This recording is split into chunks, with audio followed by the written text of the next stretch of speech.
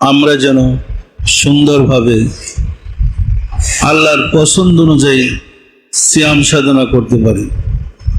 তার জন্য সুফি সাধকদের যা প্রয়োজন সেটা হচ্ছে সেহরির সময় মনে মনে প্রার্থনা করতে হবে, দয়াময় খুদা, যে রোজা তুমি পছন্দ করো, দয়া করে আমাকে সুযোগ করে দাও, আমি যেন সেই রোজা পালন করতে পারি। আর ইফতারের সময় খেয়াল করতে হবে, দয়াময়, যে রোজা তুমি কবুল করো, দয়া করে আমার ইফতারের মাধ্যমে আমার সিয়ামটা দয়া করে কবুল করে নাও। সম্মানিত আশিক রাসূলেরা, রাসূল সাল্লাল্লাহু আলাইহি ওয়াসাল্লামের রেফারেন্সে আমরা যদি ইবাদত বন্দি করি, আল্লাহর কাছে অধিক গ্রহণযোগ্যতা লাভ করে।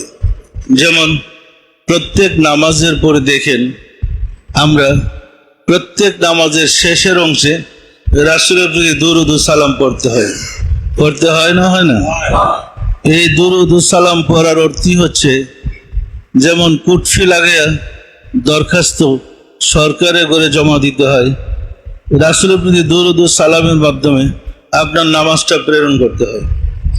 সিয়াম সাধনার মাধ্যমে আমরা প্রতিদিন রোজা রেখে যদি আসরের নামাজের পরে, অর্থাৎ ইফতার বা রোজা খোলার আধা ঘন্টা আগে থেকে যদি আমরা ইফতার রেডি করে বসে হুজুর সাল্লাল্লাহু আলাইহি ওয়াসাল্লামের উপরে দরুদ ও সালাম পেশ করি, এতে আল্লাহ খুশি হবে না হবে না?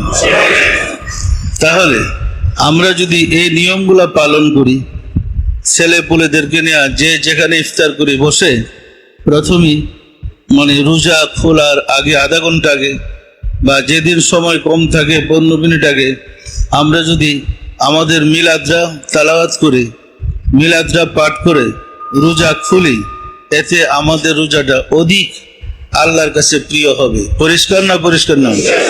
আমরা কি এই নিয়ম পালন করতে পারবো? আর রহমতের সহিত আমরা মিলাদের মাধ্যমে রোজা শুরু করি।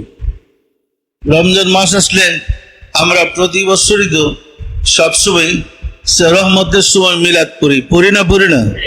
তাহলে মিলাদের মাধ্যমে রোজা শুরু করলাম, আবার মিলাদের মাধ্যমে রোজা খুললাম, এটা ভালো হয় না খারাপ হয় বলেন তো?